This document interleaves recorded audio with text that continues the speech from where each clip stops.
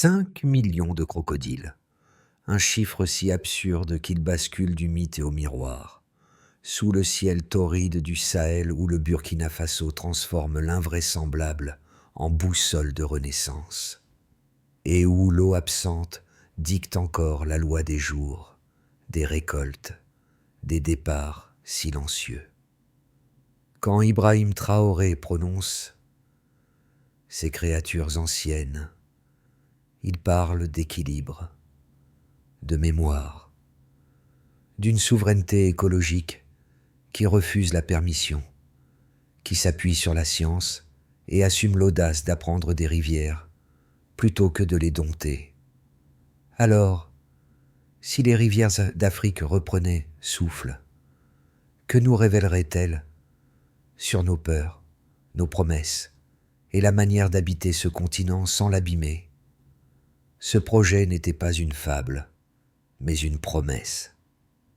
Sous la direction d'Ibrahim Traoré, le Burkina Faso a affirmé qu'une nation pouvait redéfinir son avenir écologique sans demander la bénédiction de personne. L'enjeu dépassait la simple conservation. Il s'agissait de souveraineté, de dignité et d'un pari colossal sur la science africaine. Si le modèle réussissait, il prouverait qu'un pays enclavé, privé de mer et d'influence géopolitique, pouvait devenir un laboratoire mondial pour la renaissance naturelle. Mais s'il échouait, la moquerie serait immédiate. Un échec brandi comme avertissement contre toute indépendance intellectuelle du Sud. C'est pourquoi la promesse de ce Sahel Ecological Recovery Model n'était pas seulement de restaurer les rivières, elle voulait restaurer la confiance. Car, derrière les chiffres et les algorithmes, c'est une génération entière qui misait sur une idée simple, qu'un continent pouvait guérir par lui-même et que la nature pouvait redevenir l'acte le plus politique de tous.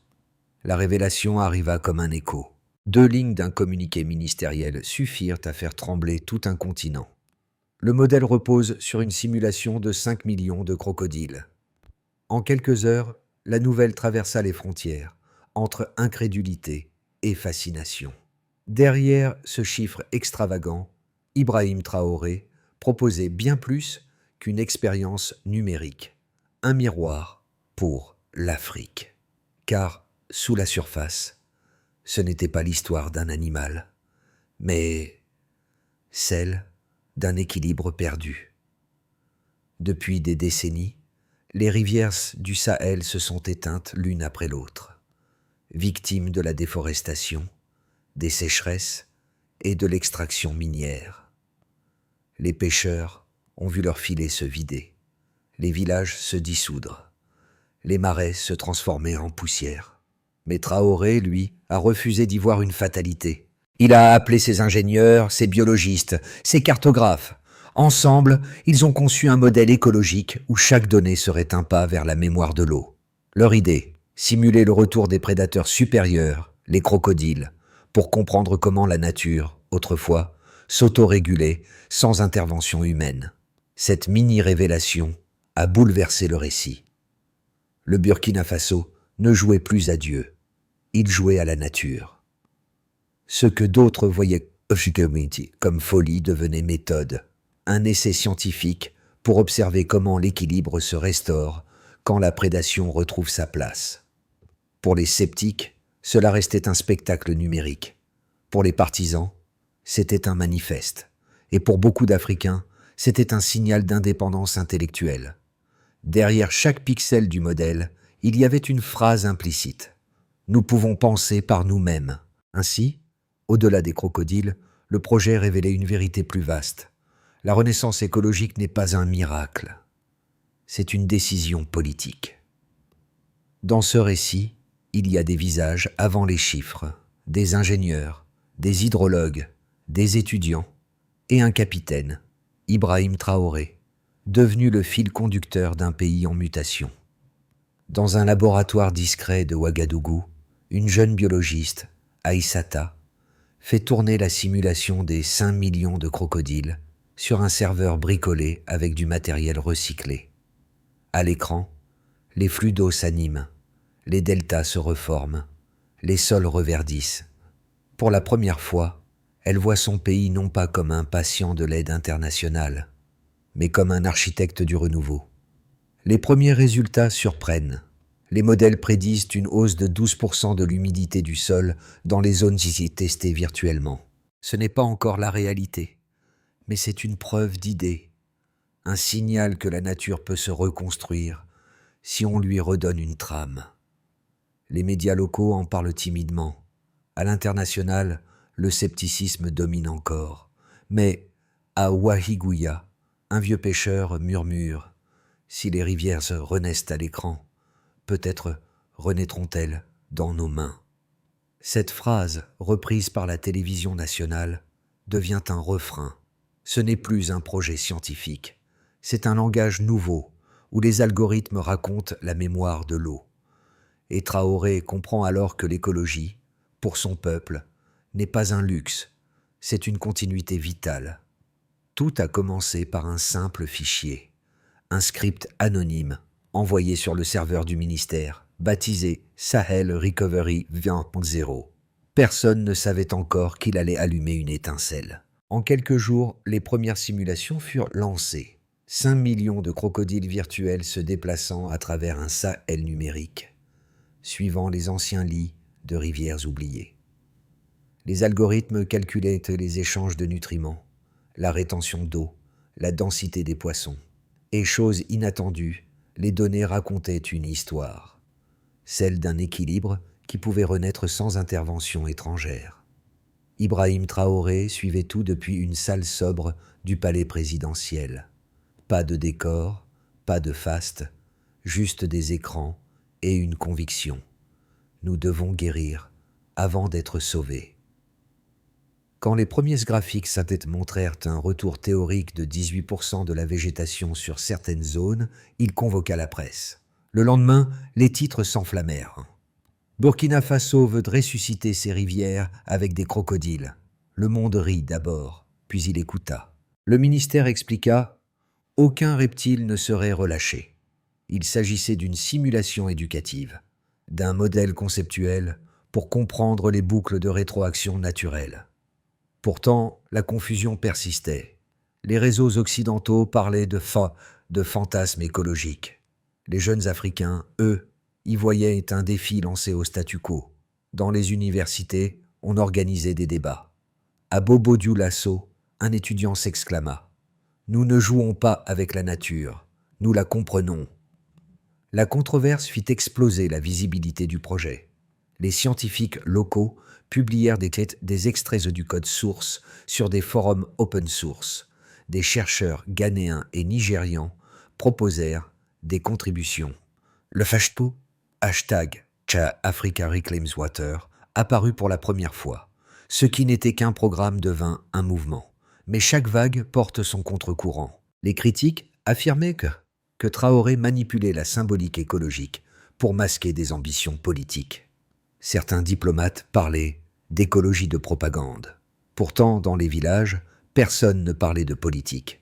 On parlait de pluie, de fleuves et d'avenir. Un vieil homme résuma tout. Ce ne sont pas les crocodiles qui nous effraient, c'est l'idée que plus rien ne bouge. Alors, le récit prit une autre dimension. L'équipe présidentielle décida d'ouvrir les données au public. Des cartes interactives montrant les zones ouest à restaurer furent mises en ligne. Les écoles françaises commencèrent à utiliser le modèle pour enseigner la géographie du Sahel.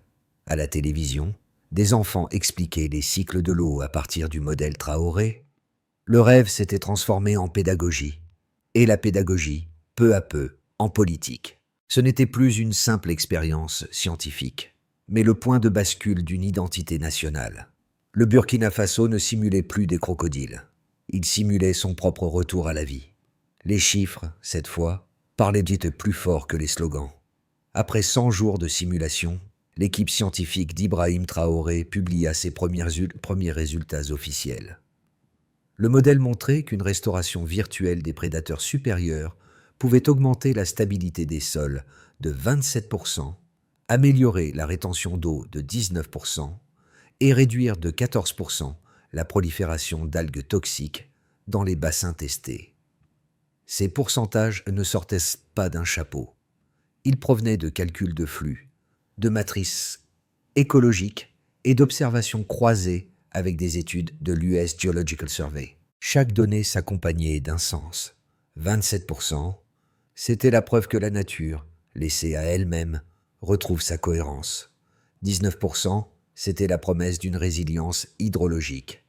14%, c'était l'espoir de voir les lacs redevenir respirables. Derrière ces valeurs, un message se dessinait. La science africaine peut produire ses propres standards, sans traducteur ni tutelle. Les laboratoires partenaires de Ouagadougou à Bobo-Dioulasso validèrent les tendances.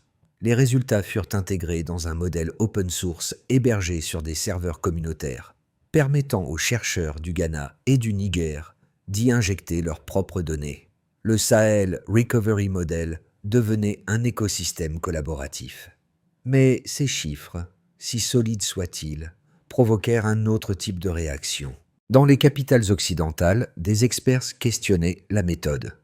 Des simulations ne remplacent pas des rivières, disaient-ils. Et pourtant, les faits restaient cela. Les cartes de densité hydrique, comparées sur 6 mois, montraient une corrélation de 62% entre les zones modélisées et les zones où les communautés locales avaient commencé à restaurer manuellement des canaux. Le virtuel nourrissait le réel. Dans un rapport interne, un chercheur européen admit « Les données du Burkina Faso sont plus propres que certaines bases de l'ONU ». Ce fut un choc silencieux, mais décisif. Le doute changeait de camp. Pour Traoré, ce n'était qu'un début. Il comprenait que la bataille des chiffres n'était pas seulement scientifique, mais symbolique. Chaque pourcentage arraché au scepticisme représentait une victoire sur la dépendance intellectuelle. Et quand les premiers graphiques furent diffusés à la télévision nationale, le pays entier se mit à parler le langage des données.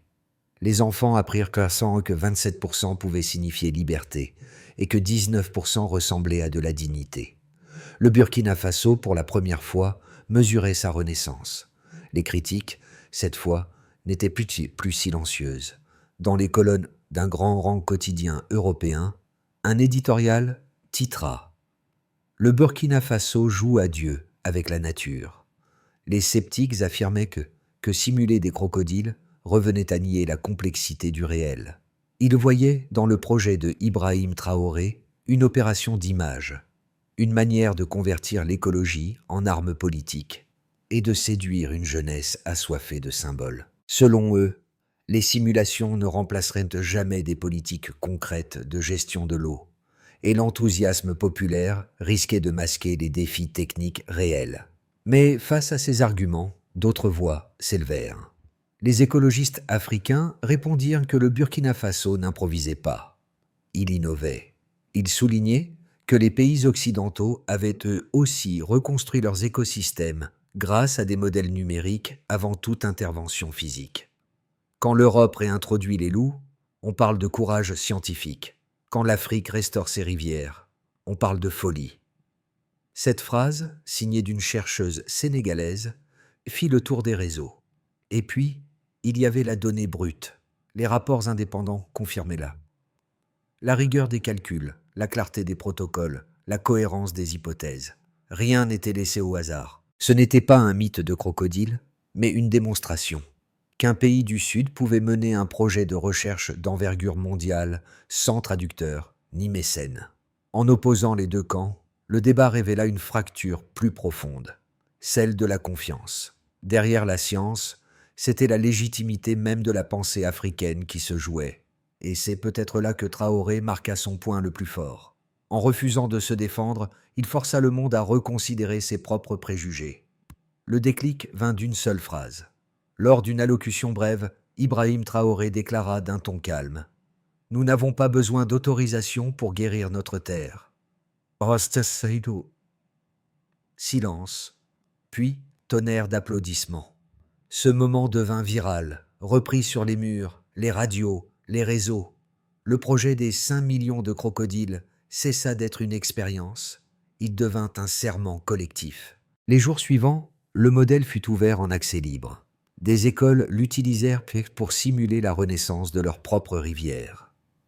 Les villageois commencèrent à cartographier les zones de ruissellement.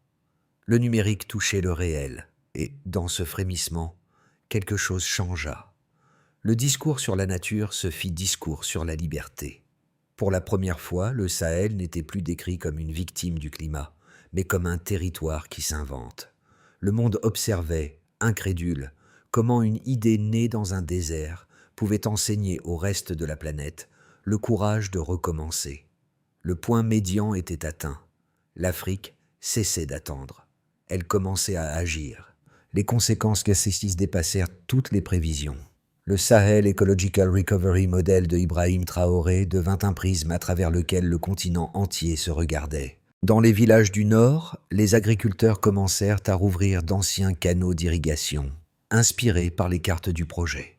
Des groupements de femmes créèrent des coopératives de restauration de sol, finançant leurs activités par des microdons locaux. En 6 mois, près de 2000 hectares de terrain furent réhumidifiés à la main. C'était peu, mais c'était réel. Pour les nations, l'impact symbolique fut immédiat. Des délégués africains citèrent le modèle Traoré lors d'un panel de l'ONU sur la souveraineté écologique. Le Burkina Faso, longtemps invisible dans les débats environnementaux, devint soudain un acteur d'influence. Ce n'était plus la voix d'un pays pauvre, c'était celle d'un laboratoire politique capable de redéfinir les normes du développement durable depuis le Sud. Pour les entreprises, de jeunes start-up locales lancèrent des applications de cartographie hydrologique open source. Une société ghanéenne proposa d'adapter la simulation au bassin côtier. En Côte d'Ivoire, un fonds communautaire investit dans des projets de reforestation liés au modèle numérique. Pour la première fois, l'écologie africaine générait de la valeur par elle-même, sans attendre les appels d'offres extérieurs. Pour les citoyens, l'imaginaire changea. Les rivières, jadis synonymes de perte, devinrent symboles de continuité. Les slogans « Nous ne jouons pas à Dieu, nous rejouons la vie » s'affichèrent sur les façades des écoles. Dans les zones rurales, les jeunes troquaient les t-shirts de foot contre ceux du Sahel Recovery. L'écologie, soudain, devenait cool, proprement africaine, enracinée dans la fierté. Pour les pouvoirs, le débat géopolitique s'intensifia. Certains diplomates européens s'inquiétèrent d'un écologisme souverainiste susceptible de remettre en cause les circuits d'aide internationale. À Ouagadougou, Traoré répondit sèchement « Si notre autonomie fait peur, c'est qu'elle fonctionne ». Cette phrase cristallisa l'opinion. L'indépendance n'était plus seulement militaire ou politique, elle devenait environnementale. Et, comme souvent, la culture suivit. Des artistes peignirent des fresques de crocodiles dorés sur les murs de la capitale, mêlant tradition et futurisme. Des chanteurs burkinabés composèrent des morceaux sur la rivière qui se souvient. Dans tout le Sahel, un souffle nouveau montait, la renaissance écologique comme acte d'identité. Le projet avait commencé dans le silence d'un laboratoire. Il s'achevait pour l'instant dans la rumeur d'un continent qui réapprenait à respirer. Les prochains mois allaient décider si le rêve deviendrait modèle ou mirage. Ibrahim Traoré et son équipe élaborèrent 3 scénarios pour la période de 6 à 12 mois. Une projection qui mêlait science, diplomatie et foi. Dans le premier scénario appelé base, il s'agit d'une phase de consolidation.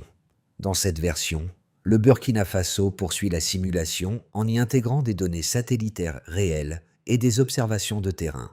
Les écoles continuent d'utiliser le modèle pour l'éducation civique et environnementale. Les ministères voisins, Niger, Mali, commencent à échanger des protocoles. Le système reste local, maîtrisé, et sert de plateforme académique pour la recherche régionale. C'est l'hypothèse la plus prudente, mais aussi la plus stable. Dans le second scénario, plus optimiste, l'accent est mis sur l'expansion. Le modèle devient une référence africaine. Des consortiums universitaires y participent. Des financements viennent d'Afrique même. Et les laboratoires indépendants adoptent la logique du « Data for Sovereignty ». L'Afrique, pour la première fois, s'impose comme un centre producteur de savoir écologique. Dans cette hypothèse, le Burkina Faso devient une capitale intellectuelle de la résilience climatique. Enfin, dans le troisième scénario, plus pessimiste, on évoque le risque de récupération. Des institutions internationales s'emparent du concept, le diluant, le standardisent. Le nom de Traoré disparaît derrière des rapports signés à Genève ou à Paris. Le modèle, vidé de sa charge politique, devient un outil de développement de plus. Ce serait la victoire des procédures sur la vision. Entre ces trois routes, la vraie bataille n'est pas scientifique, mais mentale. Car si le projet tient, c'est parce qu'il repose sur une conviction, que la connaissance doit redevenir un bien commun et non une dépendance. Traoré le répète souvent, si nous perdons le contrôle de nos idées, nous perdrons le contrôle de notre avenir. Et dans cette phrase réside la clé du prochain chapitre, celui où le courage devra être mesuré non en mots, mais en persévérance. Sous la surface des chiffres et des cartes, quelque chose de plus intime s'éveille. Pour les citoyens du Burkina Faso, le projet d'Ibrahim Traoré n'est plus une affaire d'État. C'est une histoire de peau, de terre, de mémoire. Dans les villages du Sahel, on ne parle pas d'algorithme. On parle de la pluie qui revient, du sol qui respire, du vent qui change d'odeur. Les enfants dessinent des crocodiles sur les tableaux d'école, comme si ces créatures mythiques veillaient à nouveau sur leur foyer. Dans les grandes villes, une autre émotion prend racine, la fierté. Voir un projet africain cité dans les panels internationaux réveille une joie ancienne, celle d'exister par soi-même, d'être acteur, pas spectateur. Les jeunes diplômés, au lieu de rêver d'exil, s'organisent en cercle de jeunes écologues citoyens. Certains animent des podcasts, d'autres traduisent le modèle en langue locale. L'écologie devient un langage partagé, une manière de se relier. Et puis, il y a ceux qui doutent encore. Les sceptiques, les prudents, ceux qui ont vu trop de promesses non tenues. Traoré leur parle souvent directement. Vous n'avez pas à croire en moi. Croyez simplement que le sol peut guérir. Cette phrase résonne comme une prière laïque, car au fond, ce mouvement touche moins l'intellect que le cœur. Il rappelle que la souveraineté, avant d'être politique, est émotionnelle. C'est le droit de ressentir que sa terre mérite qu'on y croie. Pour Ibrahim Traoré, un rêve sans méthode n'est qu'une poésie perdue. C'est pourquoi son équipe a défini une feuille de route concrète. 5 étapes simples mais décisives pour transformer le Sahel Ecological Recovery Model en politique durable. La première étape consiste à cartographier pour mieux comprendre. Chaque province du Burkina Faso doit établir un inventaire hydrologique de base, fondé sur les données satellites, drones et observations villageoises. Son objectif est de savoir où l'eau peut revenir et à quel coût. La deuxième étape vise à former pour durer. Les écoles rurales introduisent un module écologie de souveraineté, enseignant aux enfants les cycles de l'eau et les savoirs ancestraux. Cette étape sera mesurée selon le critère suivant. Nombre d'écoles intégrées au programme avant 2006. La troisième étape cherche à simuler pour agir concrètement. Les laboratoires universitaires reproduisent donc les modèles virtuels sur 10 bassins pilotes, en associant étudiants et communautés locales. L'indicateur retenu sera stabilité hydrique moyenne sur 12 mois. La quatrième étape a pour but de restaurer pour prouver. Des brigades vertes mixtes, agriculteurs, femmes, soldats, réhabilitent physiquement les anciens canaux d'irrigation. La cible fixée est de 500 km restaurés d'ici la fin de la phase initiale. La cinquième et dernière étape consiste à partager pour inspirer. Toutes les données et méthodologies sont rendues publiques, traduites en plusieurs langues africaines et diffusées librement. Le résultat attendu est de création d'un réseau panafricain d'écologie ouverte. Ainsi, la théorie devient pratique et la fierté devient structure. Ce n'est plus seulement un projet, c'est une pédagogie du futur, mesurable, transmissible, contagieuse. La nuit tombe sur Ouagadougou. Dans la cour d'une école, les enfants tracent des vagues sur le sable, comme pour rappeler au sol qu'il peut encore retenir la mémoire de l'eau. Non loin, une fresque représente Ibrahim Traoré, entouré de crocodiles dorés, non pas en chef, mais en gardien, veillant sur un rêve devenu mouvement. Ce soir-là, Aïssata, la biologiste du début, contemple la rivière qui est née. Elle se souvient de la première simulation, du code qui saccadait, des chiffres qui vacillaient. Aujourd'hui, ce ne sont plus des pixels qu'elle voit, mais des herbes, des reflets, des promesses. Et dans ce silence habité, elle murmure. Nous avons réappris à écouter l'eau. Aquifuo. Le motif revient, simple et profond. Guérir la terre, c'est se guérir soi-même. C'est accepter que la science et la foi puissent coexister, que la technologie serve la mémoire, et que la mémoire serve la liberté. Le crocodile n'était qu'un prétexte. Le vrai sujet, c'était le courage. Alors, que reste-t-il à faire? Peut-être simplement croire que chaque idée porte une source. Le Burkina Faso n'a pas restauré ses rivières pour impressionner le monde. Il les a restaurées pour se souvenir.